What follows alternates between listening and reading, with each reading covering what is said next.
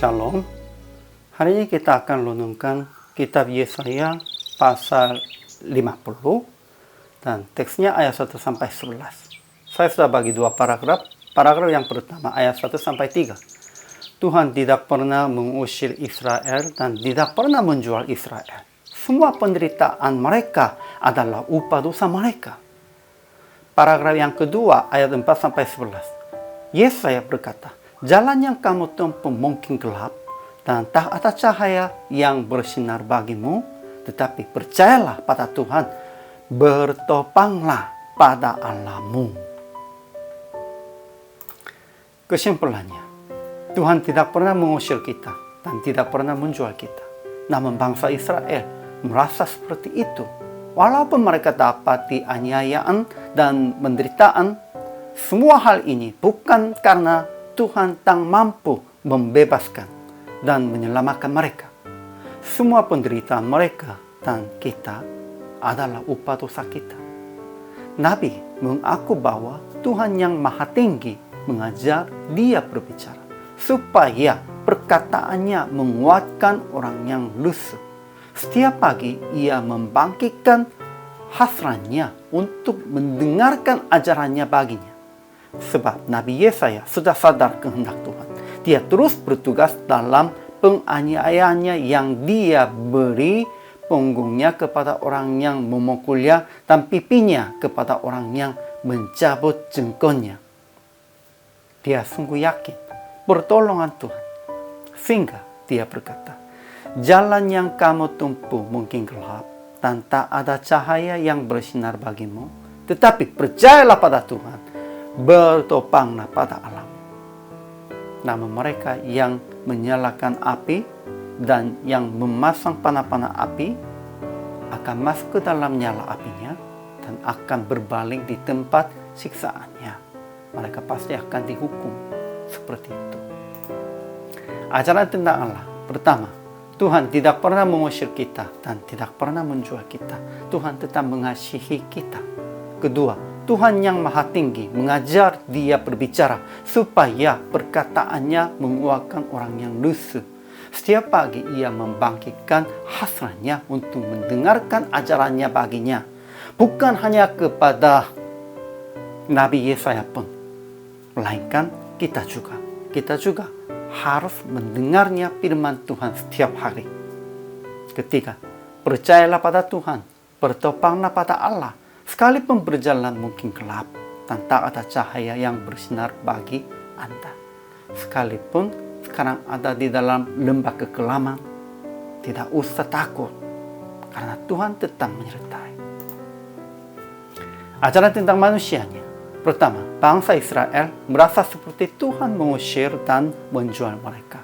Mereka dapat dianiayaan dan penderitaan.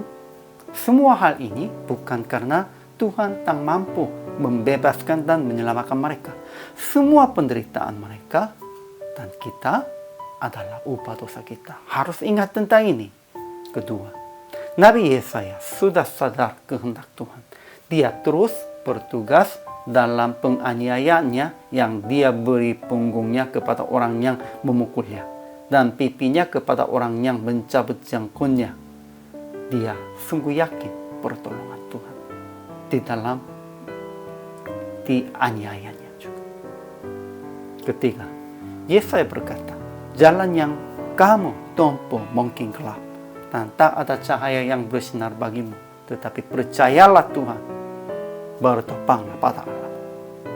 Keempat, mereka yang menyalakan api dan yang memasang panah-panah api akan masuk ke dalam nyala apinya dan akan berbalik di tempat siksaannya.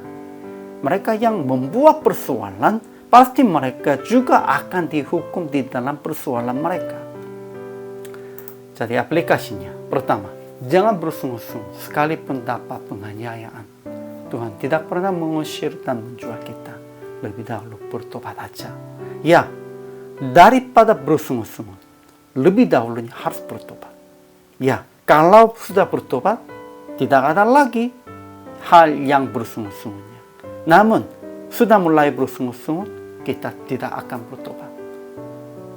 Kedua, menerima rencana Tuhan dan memperhatikan firman dengan lidah seorang murid, supaya dengan perkataan kita dapat memberi semangat baru kepada orang yang letih lesu. Ketiga, mereka yang menyalakan api dan yang memasang panah-panah api akan masuk ke dalam nyala apinya dan akan berbaling di tempat siksaannya. Sehingga janganlah mendekat mereka dan harus jauhilah mereka. Praktik hari ini, jangan bersungguh-sungguh dalam penderitaan. Berdoa akan Tuhan memberi telinga dan lidah seorang murid, supaya memberi semangat baru kepada jemaat dan sesama. Ya, memang dalam keadaan sekarang, bagi kita ada banyak kesungguh-sungguhannya. Memang ada banyak begitu. Namun itu bukan karena Tuhan tidak kuat, bukan karena Tuhan tidak menghibur kita atau tidak menyertai kita. Tuhan tetap menyertai. Namun itu salah satu ujian. Dan di dalam kondisi ini kita harus lebih dahulunya bertobat. Apa kita dosanya? Tuhan, ampunilah kita. Dan harus memperhatikan kepada Tuhan dengan telinga dan lidah seorang murid. Kalau begitu, Tuhan pasti akan memberikan pengertian dan kita juga bisa memberi semangat baru kepada jemaat dan sesama. Inilah tanggung jawab hamba Tuhan di zaman ini. Hari ini juga selama melayani, Tuhan Yesus memberkati.